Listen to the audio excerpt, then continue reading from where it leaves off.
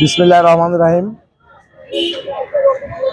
আপনারা দেখেছেন কয়েকদিন আগে বিভিন্ন মিডিয়াতে আসছে যে আমির হামজা যিনি জামাত করেন এবং কুষ্টিয়া 3 আসনের এমপি নির্বাচন করছেন।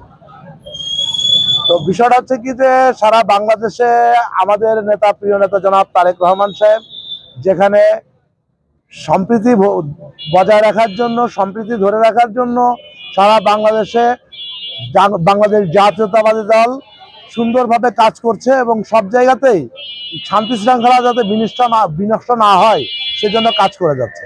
সেখানে জামাতের এই প্রার্থী সেদিন যে বক্তব্য রেখেছেন, আমাদের প্রিয় নেতা জনাব তারেক রহমানের ছোট ভাই আরাফাত রহমান কোকো সাহেবের নাম উচ্চারণ করে যে বাচাং ভঙ্গিতে যে কথাবার্তাগুলো বলেছে সেটা খুবই আপত্তিকর এবং এই আপত্তিকর বিষয়টা সারা বাংলাদেশের জাতীয়তাবাদী চেতনা এবং সাধারণ মানুষ সাংঘাতিকভাবে ঘৃণিতভাবে দেখেছে।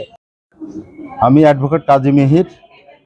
আমার বাদী পক্ষে মোহাম্মদ শরীফুল ইসলাম, তিনি এই আসামি আমির হামজা ইসলামিক বক্তা কুষ্টিয়া, তার নামে আজকে একটা মামলা আমরা রুজু করেছি। সম্প্রতি প্রয়াত প্রেসিডেন্ট জিয়াউর রহমানের পুত্র এবং সাবেক প্রধানমন্ত্রী দেশনেত্রী খালেদা জিয়ার সন্তান এবং তারেক রহমানের ভাই এই মরহুম আরাফাত রহমান কোকো কে নিয়ে, তার নামকে নিয়ে কটূক্তি এবং বিদ্রুপাত্মক ব্যঙ্গাত্মক ভাবে তিনি ব্যাখ্যা করেছেন এবং উনি বিদ্রুপ করেছেন এবং ফেসবুকের মাধ্যমে দেখা গেছে তিনি হাসছেন, যার কারণে আমার এই বাদী মোহাম্মদ শরীফুল ইসলাম, ইনি হচ্ছে আরাফাত রহমান কোকো স্পোর্টিং ক্লাবের মাগুরা শাখার সাধারণ সম্পাদক। তিনি সংক্ষুব্ধ হয়ে এই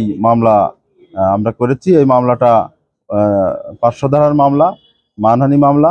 বিসমিল্লাহির রহমানির রহিম। আমাদের প্রয়াত প্রধানমন্ত্রী এবং সাবেক রাষ্ট্রপতি জিয়াউর রহমানের কনিষ্ঠ পুত্র আরাফাত কোকো সাহেব, ওনার নাম নিয়ে আমির হামজা সাহেব জামাতের 3 আসনের কুষ্টিয়া 3 আসনের প্রার্থী, ওনার নামকে কোকো বাদ দিয়ে কুকুর নামে আখ্যায়িত করে একটা ব্যঙ্গ করছে। এই মাসটা আমাদের আসলে শোকের মাস। এই মাসে আমাদের দেশনেত্রী বেগম খালেদা জিয়া মৃত্যুবরণ করতেন। সেই মাসে উনি আমাদের সারা বাংলাদেশের বিএনপি জাতীয়তাকে একটা মনে ব্যথিত দিয়েছে। এই কারণে আমি ক্ষুব্ধ হয়ে এবং কষ্ট পেয়ে ওনার নামে এই মামলাটি রুজু করি। আজকে আমি এর দৃষ্টান্তমূলক শাস্তি চাই।